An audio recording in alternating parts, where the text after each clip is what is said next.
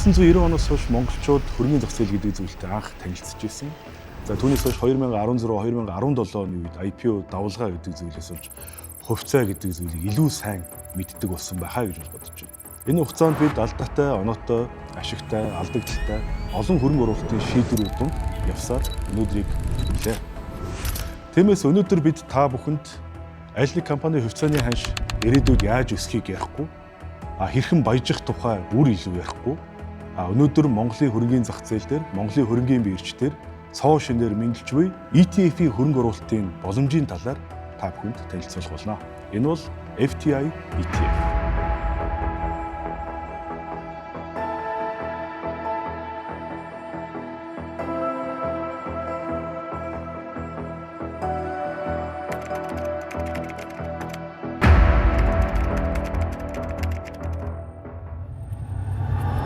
Сүүлийн 10 гаруй жил та бүхэн инфляц болон төгрөгийн худалдаа авах чадвар яаж нөлөөлж байгааг бодитоор хангалттай сайн мэдэрч байгаа болов уу гэж бодож байна.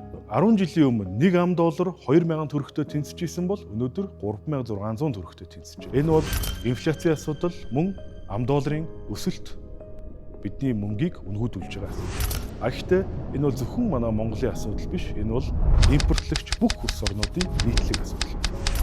Тэгэхээр өнөөдөр бид өсөлтийн тухай ярина. Тэгэхээр дэлхийн технологийн компаниудыг за мөн технологи дотроо хиймэл оюун ухааны дэд үт сулах эрчим хүч, сахилгаан эрчим хүч болон зэсийн салбарыг агуулсан нэгэн ETF Монголын хөрөнгөний бирж дээр яг өнөөдрөөс эхлээд арилжаалагдаж эхэлж байгааг дуулгахад таатай байна. За тэгэхээр Монголын хөрөнгөний зах зээл дээр бас нэг шинэ түүхийн хуудас нэгдэх гэж байна. Энэ бол BGM-ийн гаргаж байгаа ETF гэж хэлж болно. Тэгэхээр энэ нь юугаар онцлог юм бэ? Юугаар чухал юм бэ гэхээр Америкийн технологийн компаниудын хувьцаануудыг багцлаад Монгол хүн Монгол төгрөгөөр Монголын зах зээлээс худалдаж авах ийм боломж нэгдэж байгаагаараа алсын Америкийг алган дээр авчирч ойртуулж өгч байгаа ийм бүтээгдэхүүн болов шинээр мэдгэж байна. Тэгэхээр та ердөө 1000 төгрөгөөр Монголын хөрөнгөний биржээс FTI ETF-ийг худалдаж авна. Тэгэхээр яаж ийм бага мөнгөөр дэлхийн 800 компаниг эзэмших юм бэ гэж та асууж магадгүй.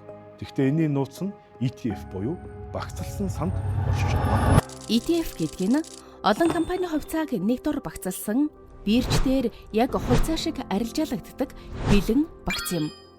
Өөрөөр хэлбэл та нэг ширхэг ETF авснаар хэд хэдэн компанид нэгэн зэрэг хөрөнгө оруулж байна гэсэн үг.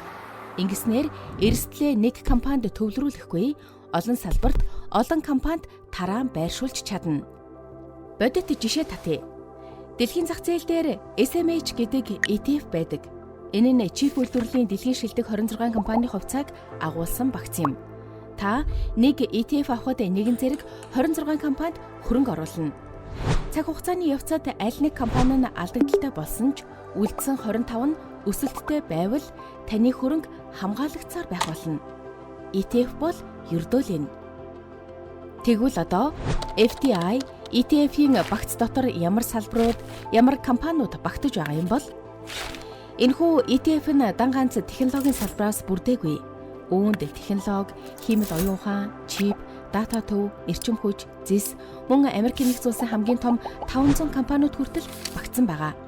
Илүү ойлгомжтойгоор дүрсэлбэл нийт багцын 50% нь технологи, хиймэл оюун ухааны салбар, 30% нь Америкийн нэгдсэн улсын хамгийн том 500 компани, 10% нь дэлхийн зэсийн уурхайн компаниуд, 10% нь эрчим хүчний салбарын компаниуд. Тиймээс FTI ETF бол технологийн өсөлт, хиймэл оюуны дэд бүтэц, эрчим хүч, түүхэн эдийн уялдаа холбоог нэг дор шингээсэн хөрөнгө оруулалтын багц гэж ойлгож болох нэ. За хөрөнгө оруулагчдын хөрөнгийн хамгаалалт талаас бүтцийн хувьд хоёр төрлийн хамгаалалт маш сайн хийгдэж байгаа гэж ойлгож байна. За нэгдүгээрт хөрөнгө оруулалтын багцын төрөлжүүлэлт гэдэг ойлголт байгаа. За энэ FTI-ийн ард болохоор олон улсын хөрөнгөний зах зээл дээр одоо хамгийн сайн үзүүлэлттэй байгаа, ирээдүйд илүү одоо өсөлтийн боломжтой гэж харж байгаа 1000 гаруй ETF-ээс маш өндөр шалгууруудаар сонгоод 17 ETF-ийг сонгож авч багц бүрдүүлсэн байж байгаа. Тэгэхээр энэ багцад ард нь орж байгаа 800 гаруй хувьцаат компаниуд маань нэг улсаас одоо нэг салбараас үл хамаарсан. За мөн маш олон чиглэлүүдийг багцсан төрөлжүүлэлт хийгдсэн гэж ойлгож байна. FTI ETF-ийн багцын 50%-ийг яагаад технологийн салбар, тэр дундаа хиймэл оюун ухааны салбар руу чиглүүлж байгаа вэ? За энэ бол ямар нэгэн богино хугацааны трендийг дагах бус энэ бол эдийн засгийн дараагийн өсөлтийн гол хөдөлгөгч хүчийг ашиглах стратегийн чухал байршуулт гэж үзэж байгаа юм а. Судалгаанаас харах юм бол 2023-аас 2033 оны үе энэ 10 жилийн хугацаанд хэмэл оюун ухааны нийт зах зээл 189 тэрбум ам доллароос 4.8 их 80 ам долларт хүрнэ гэсэн. За энэ бол хэмэл оюун ухаантай холбоотой зах зээл, бүтээгдэхүүн үйлчилгээ, үүний дэд үтц энэ 10 жилийн дотор хэрхэн том болох вэ гэдэг асуултын магадгүй хариулт нь байж болох юм а. FDI багцын 50% нь технологийн салбар, хиймэл оюуны салбарт төвлөрч байгааг та мэдлээ. Тэгвэл энэ 50% дотроо хэрхэн задарч байгааг одоо тайлбарлая. Энэхүү 50%-ийн 30%-ийг Америкийн нэгдсэн улсын хамгийн том технологийн 100 компаниудын хувьцаа бүрдүүлнэ. Харин 5% нь ерөнхий хиймэл оюун ухааны салбар, 5% нь Америкийн нэгдсэн улс, Европын батлан хамгаалахын салбар, 5% нь хагас дамжуулагчийн салбар, кибер аюулгүй байдлын салбарт 2.5%, харин роботикс болон автоматжуулалтын салбарт 2.5% гэж тус тус задарна. Энэ бүгд нийлээд FDI ETF-ийн багцын 50%-ийг бүрдүүлж, технологийн салбарыг төлөөлнө гэсэн үг юм.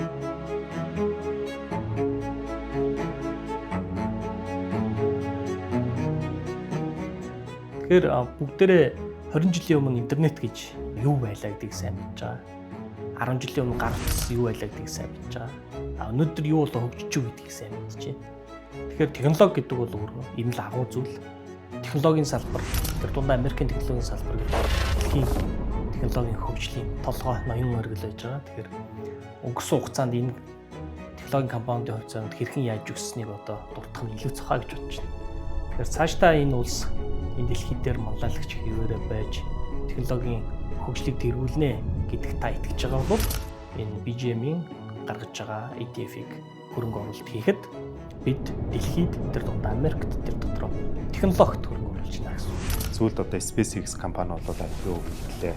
IPO хийгдснээс хойш бас хоёр дахь зах зээл дээр хувьцааны үнэлгээ бол нэлээд өндөр өсөлттэй байгаа. Технологийн салбарын компаниудад хөрөнгө оруулалт хийснээр өгөөж илүү өндөр байх боломжтой юм байна гэсэн үнэлэлттэй байна. Тэгэхээр ер нь технологийн салбарын компаниудаар суурь болгоод тэгээ бусад бас харьцангуй доктортой байдаг ийм ETF-үүдийг оруулж гиснээр FDI индекс бол одоо эрсдэл харьцангуй бага өгөөж өндөр байх боломжтой ийм бүтээгдэхүүн байна гэж харж байна. Elon Musk-ийн туршилт амжилттай болсноос хойш өнөөдөр түүний SpaceX компани IPO хийж энэ 10 жилийн хугацаанд 500 гаруй удаагийн буужингаа дахин ашиглаж олон тэрбум долларыг хэмжиж чаджээ. Apple дэлхийн хамгийн үнэтэй компани боллоо. За харин Google-ийн Waymo гэдэг компани байгаа. Энэ компани бол дэлхийн хамгийн том жолоочгүй такси үйлчилгээний компани болж өнөөдөр Америкийн нэгдсэн улсын хамгийн том 11 хотод амжилттай төсөл нь хэрэгжиж явж байна. Бид нар 10 жилийн өмнө эдгээр компаниудыг том компани гэдгийг мэдчихэл байсан. Ирээдүйг бүтээгч компани гэдгийг бид нар мэдчихэл байсан. Тэм учраас өнөөдөр би та бүхэнд энэ 10 жилийн хугацаанд эдгээр компаниуд хэрхэн том болсон бэ гэдгийг ярихаас илүүтэйгээр эдгээр компаниудын хувьцааны ханш хэрхэн өссөн бэ гэдгийг илүү хэлхийг хүсэж байна. Google-ийн хувьцааны ханш сүүлийн 10 жилийн хугацаанд $37 $320 болж өссөн. За харин Apple компани ханш $20 өнөөдөр $330 болжээ. За мөн Tesla компани ялгаагүй $12-оор тухайн үед арилжаалаа гэж хэлсэн бол өнөөдөр $310 гаруй доллар. За Netflix $9-оос өнөөдөр $70. Эдгээр компаниудыг харах юм бол за хамгийн багадаа 1000 өссөн 10 жилд. За зарим нь 2000 өссөн. За Nvidia гэдэг одоо энэ тренд болж байгаа энэ компани өсөлтийг бол бүр яриач чирэггүй. 20,000 өссөн. 10хан жилийн дотор. Гэхдээ өнгөрсөн 10 жилийн өсөлт ирээдүйн 10 жилийг мэдэж илэрхийлэхгүй. Тэгэхээр ирээдүйн 10 жилд технологийн компаниуд хиймэл оюун ухааны өсөлтөөс шалтгаалаад илүү өндөр хуваар өсч чадах болов. Та бүхэн юу гэж бодож байна? За, хиймэл оюун ухаан бол 2030 он гэхэд бол бидний мэдхээс хамаагүй өөр тийм дэвшилтэй технологи болно гэж бол хүмүүс харж байгаа. За тэр нь юу вэ гэхээр AGI гэдэг нэг юм болж байгаа тийм. AGI гэдэг нь болохоор энэ дэлхий дээр байгаа за хэдэн тэрбум бүх хүмүүсээс одоо нийлүүлснээс хамаагүй л ухаантай ийм бүтээгдэхүүн бишин болно гэдэг. За тэгэхээр ийм бүтээгдэхүүн хэрвээ 2030 онд бий болох юм бол эдийн засгийн тэлэлт явна. За эдийн засгийн тэлэлт ингэ явах юм бол хүн болгон бас тодорхой хэмжээний төлөв орлоготой болох тийм амлалт нэгдүгээр төгж байгаа. За хоёр дахь төрлийн амлалт нь бол шинжилгээ ухаанд хийгдэх одоо тэлэлт гэж байна тийм. Энэ дэлхий дээр байгаа зөндөө олон судалгааг тэд нэр одоо хамаагүй хурдсан. Elon Musk болохоор бүр Mars руу амьдрах, тэнд одоо илүү колоник бий болгох ч юм уу тэрийг хүртэл хийж байгаа. За гурав дахь төрлийн амлалт нь бол яхаа ботой эрүүл мэндтэй. Эрүүл мэндтэй бидний одоогоор эмчилж чадахгүй байгаа шийдэл нь олдоогүй тэр бүх одоо эмчилгээнд ямар нэгэн шийдэл гаргах тэрийг хурцгах ч юм те хорт амтар за эсвэл Alzheimer ч юм уу иймэрхүү өвчнүүдийг бол эмчилж боломжтой гэж бол сарж байгаа. Тэгэхээр энэ бол нэг компани хийх ажил бол биш. Маш олон компаниудыг хийх ажил байгаа. Яг тэр нөгөө хиймэл оюухны фронтер модельийг хийж байгаа нэг компани байна те. За тэр компаниудын хард яг тэр модельүүдийн одоо сургаж байгаа компьютер хийж байгаа тэр тооцооллын өгдөг компани гэж байгаа те. За тэр нь бол нөгөө Nvidia-гийн GPU хийж байгаа компани байна те. За тэгэхээр тэр GPU чинь хэрвээ яг тэр хиймэл оюухны тооцооллыг хийж байгаа тархин юм бол тэрний хажууд бас ой санаж хэрэгтэй тийм memory хийдэг компани байх хэрэгтэй. За тэр нь бол одоо Samsung ч юм уу, SK Hynix ч юм уу, Micron гэх HBM бүтээгдэхүүнийг хийдэг компаниуд байгаа. За тэгээд тэрнээс доошоо за энэ компьютер тооцоол болгон энэ memory-г ямар нэгэн газар байршуулах хэрэгтэй. Тэр нь болохоор data center тэгээд за тэгээд data center дээр бол hyperscaler-ууд буюу Microsoft, Amazon гэх зөндөө олон компаниуд бол байгаа. За тэгээд энэ hyperscaler чинь data center-ыг power хийхэд бол ямар нэгэн бас цахилгаан энерги хэрэгтэй. За тэгэхээр цахилгаан энергийн сэргээгдэх эрчим хүч болон за бас уламжлалт аргаар одоо нүүрсэн зөндөө олон компаниуд байгаа. За тэгээд энэ бүтээгдэхүүнийг хийхэд бол одоо ховор элемент хэрэгтэй тийм. За тэгэхээр тэр ховор элементүүдийг хийж байгаа компаниуд бол ингээд нийтдээ ерөнхийдөө энэ AGI гэдэг одоо энэ хиймэл оюухны бүтээгдэхүүнийг гаргахын альтан зөндөө олон компани байгаа байна гэдэг ерөнхийдөө санаа байна. За тэгээд энэ бүгдийг ингээд багцлаад хэлэхэд 10 жилийн дараа аж үйлдвэрийн 5 дугаар 90 бол ирэх юм байна. За тэгээд маш хүчтэй бидний одоо мэдчих мэдэхгүй тийм том технологи бол ингээд ирэх гэдэг. Тэр нь бол AGI. AGI-г бий болгохын тулд маш олон компаниуд бол ингээд өөрсдийнхөө одоо хувь нэмрийг бол ингээд оролцуулах юм байна. За тэгээд юу болох юм гэдгээр харцгаая баярлалаа. Тэгэхээр эх 10 жилд эдгээр компаниудын хідэн амьд үлдэх бол, хідэн survive хийх бол, хідэн энэ зах зээлээс бүрэн арчигдах бол. ETF бол жилдээ 1-2 удаа балансыг тэнцвэржүүлдэг. Өөрөөр хэлбэл нэг ETF дотор магадгүй 50 компани хувьцаа байгаа гэж бодох юм бол энэ ETF-ийг гаргагч компани жилдээ 1-2 удаа дахин судалгаа хийгээд муу компанийг нь сагсаас байхгүй болгоод шинэ компани, сайн компаниудыг нь улам нэмэгдүүлдэг. Тэгэхээр BGM-ийн гаргаж буй эдгээр 17 ETF-ийг дэлхийн томчууд буюу Goldman Sachs, Roundhill, State Street гэдэг эдгээр компаниуд бол гаргасан гэсэн. Тэгэхээр та компани бүрийг судлах ямар шаардлагагүй дэлхийн томчуудын, дэлхийн топ менежерүүдийн багцлсан, сонгосон тэр багцыг та шууд эзэмшнэ гэж ойлгож болох нэ.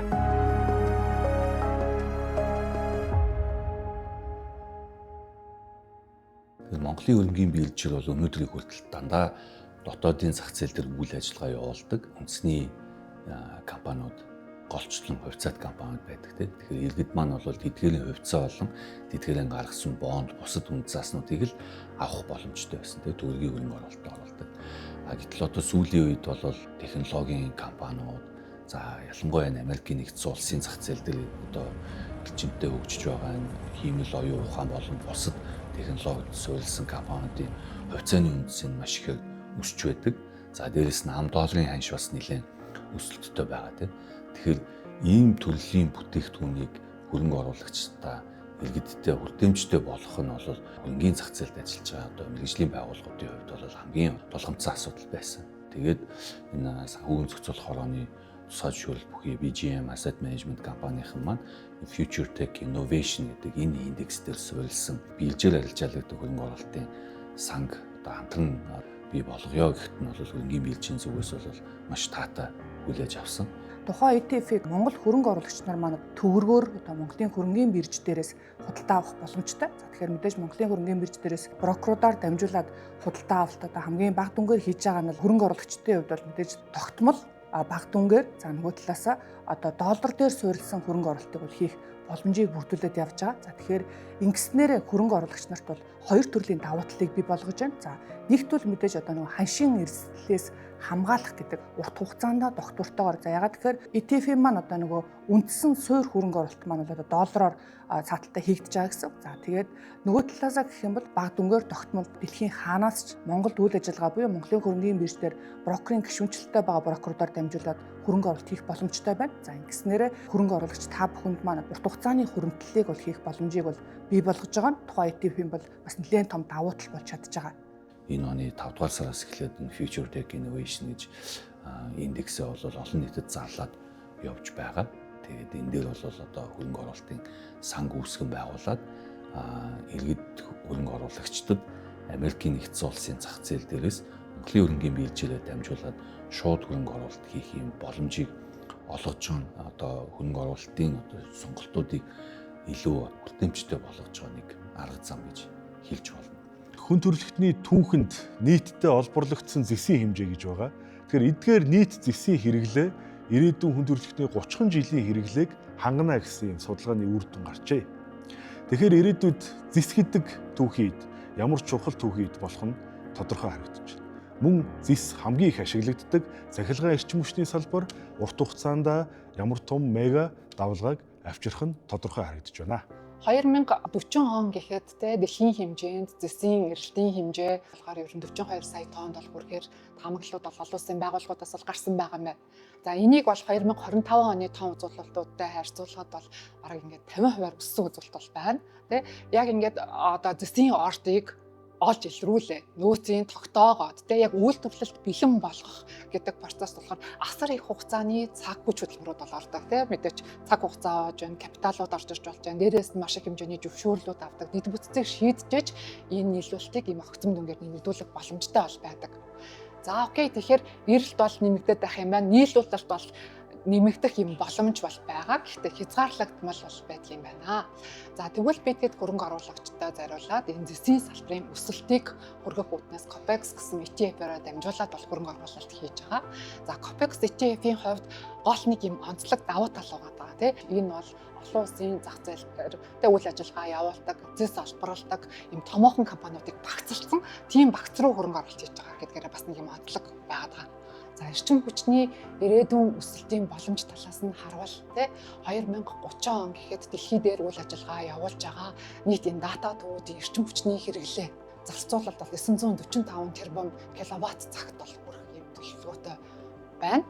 За тэгвэл энэ үзүүлэлтийг 2024 оны дата мэдээлэлтэй харьцуулахад 2 дахин нэмэгдэж байгаа ийм бол дүр зураг бол харагдаж байна.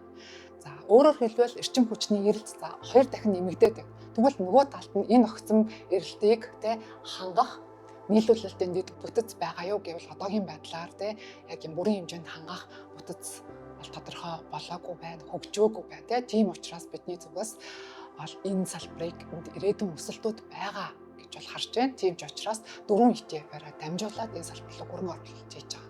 За тэгвэл энэ 4 ETF дотор яг ямар компаниудын хувьцаанууд багтаж байгаа вэ гэхлээр яг ийм эрчим хүчийг үйлдвэрлэдэг ийм компаниуд, томоохон хэмжээний корпорациуд бол багтж байна.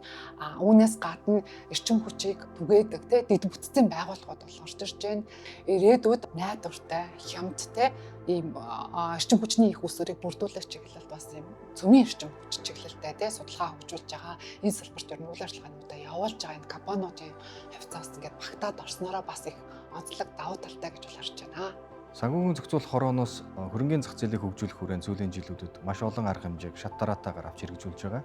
За үүний нэг нь бол хөрөнгө оруулалтын сангийн эрх зүйн орчныг сайжруулах, за мөн түншлэн хөрөнгө оруулагч нарт шинэ бүтээгдэхүүн үйлчлэгийг хөгжүүлж гаргаж ирэх ийм явдал байсан. За үүнтэй холбогдуулаад санхүүгийн зохицуулах хорооноос хөрөнгө оруулалтын сангийн тухай хууль болон хөрөнгө оруулалтын сангийн үйл ажиллагаатай холбоотой дүрм журмуудыг олон улсын жишгт нийцүүлэн дахин боловсруулж батлуулаад байгаа. За үүнтэй зэрэгцүүлээд бол Монгол улсын хөрөнгө оруулагчдын зориулсан шинэ төрлийн бүтээгдэхүүнүүдийг санал болгох юм боломжтой болсон байна. За энэ ч утгаараа бол биржээр арилжаалагдаг сан боيو одоо ETF бол Монгол улсад одоо гарах юм бүрэн боломжтой болсон. За үүний нэг бас нэгэн тод жишээ бол BGM одоо хөрөнгө оруулалтын менежментийн компани гаргаж байгаа энэ FTI буюу Future Tech Innovation биржээр арилжаалагдаг сан гэсэн энэ бүтээгдэхүүн гарч ирж байгаа. За энэ бүтээгдэхүүний бас нэг онцлог бол тухайн бүтээгдэхүүнийг liquidate буюу мөнгөжүүлэх шаардлага үүсэх юм бол олон улсын нэр хүндтэй буюу одоо Америк нэгдсэн улсын Nasdaq, Нью-Йоркийн одоо хөрөнгийн биржүүд дээр бол арилжаалах юм бүрэн боломжтой буюу хөрөх чадрын хувьд бол маш өндөр байх юм бүрэн боломжтой байгаа. Гисэн хэдий ч бол мэдээж энэ бол дэлхийн хэмжээний 800 гаруй компаниудын хувьцаа байгаа учраас эрсдлийн хувьд бол мэдээж олон улсын эрсдэл бол энэхүү бүтээгдэхүүнийг шууд нөлөөлөх юм бүрэн боломжтой гэсэн.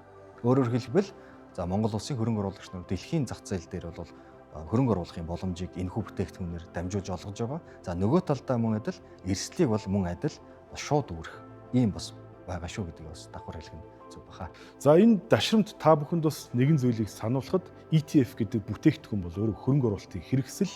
За тийм учраас хөрөнгө оруулалтын хэрэгслийг бол үргэлж эрсдэл дагаж явдгаа гэдгийг бол дахин энд хэлье. За дээр нь нэмж хэлэхэд бол та энэ бүтээгдэхүүнийг аваад өнөөдөр аваад маргааш зарах эсвэл хэдхэн хоноод зарах бол магадгүй FTI ETF тэмч тань тохиромжтой бүтээгдэхүүн биш байж магадгүй гэж хэлмээр байна. Яагаад гэвэл FTI ETF бол дэлхийн ирээдүйн өсөлтийн салбар буюу мега том трендүүдийг өөртөө агуулсан ийм хөрөнгө оруулалтын онцлогтой бүтээгдэхүүн байгаа. За вакцины 50%-ийг технологийн салбар, за 10%-ийг зэсийн салбар, 10%-ийг эрчим хүчний салбар эзэлж байгааг та бүхэн мэдж явлаа. Үлдсэн харин 30% нь юу байх бол FTI ETF-ийн вакцины үлдсэн 30%-ийг Goldman Sachs-ийн гаргасан жисүү ETF бүрдүүлж байгаа. Энэ ETF-ийн онцлог нь өөрөө 500 гаруй Америкийн томоохон хувьцаат компаниудад тэнцүү хувийн жинтэй хөрөнгө оруулалт гэдгээр онцлог. Энэ яагаад манай хөрөнгө оруулалтын багцад орж ирсэн бэ гэхээр илүү эрсдлийг тараан байршуулах, хэд технологийн салбараас хамааралтай байх эрсдлийг бууруулах зорилгоор орж ирсэн байна. Ингээд вакцины хонвчлалын хүрээнд бид нар FTI ETF-ийн багцад сонгогдсон ETF-үүдийг багцлаад өнгөрсөн хугацаанд буюу жил гаруй хугацаанд ямар гүйцэтгэлтэй байсан бэ гэдгийг туршаад үзэхэд жилийн дундаж өгөөж 33% байсан байна. Энэ хэдий өнгөрсөн хугацаан дээр үндэслэн өгөөж хэдий ч Америкийн яг голлох индекс болох Nasdaq индексээс болвол харьцангуй өндөр үзүүлэлт байгаа. Гэхдээ мэдээж өгөөжийг дангаар нь харах нь учир дутагдaltaй. Өгөөж болгоны арталт эрсдэл байгаа. Тэгвэл яг бактестийн хугацаанд харвал манай FTI-ийн вакцины хувьд сортын харьцаа 2.3. Nasdaq индексийн хувьд бол бас харьцаа 1.7. Америкийн хамгийн том 500 компаниг агуулсан S&P 500 индексийн хувьд энэ харьцаа 1.2 байсан. Тэгэхээр яг энэ хугацаанд манай вакцины гүйцэтгэл бусад томоохон индексүүдтэй харьцуулахад харьцангуй үр ашигтай байжээ гэдгийг эндээс харах боломжтой. технологийн хөгжил улам бүр хурдцтай, өөрнөх нь тодорхой байна. За үүнтэй зэрэгцээд өрсөлдөө улам ширүүсгэн гарцаагүй байна. За яг энэ үед та бүхэн зөвхөн ажиглагч байхаас илүүтэйгээр энэ өсөлтөд оролцох шинэ боломжийг эрэлхийлэх цаг боллоо гэж бол миний хувьд бол дүгнэж байна. За ингээд FTI ETF гэдэг бүтээгдэхүүн бол энгийн нэгэн бүтээгдэхүүн биш. Энэ бол Монголын санхүүгийн зах зээл дээр гарч ирж байгаа шинэ соёл, шинэ бүтээгдэхүүн, шинэ үеийн хөрөнгө оруулалт юм аа. FTI ETF-ийг та бүхэн худалдаж авахыг хүсвэл FTI ETF-ийн мэргэжлийн оролцогчид болох Голомт Capital, TDB Securities, Apex Capital, Таван богд Capital гэдэг дөрвөн мэргэжлийн оролцогчид хандаж болохоос гадна та өөрийнхөө харилцдаг аль ч брокеринг компаниараа хандаад мөн цасны дансаа нээлгүүлээд, дансаа цэнэглээд худалдаж авах боломжтой гэдэг бол энд бас давхар дурдмаар байна. За ингээд та бүхэнд амжилт хүсье. Та бүхний хөрөнгө оруулалтын шийдвэр мэрэгэн байх болтугай. Ирээдүйг нэг багцад.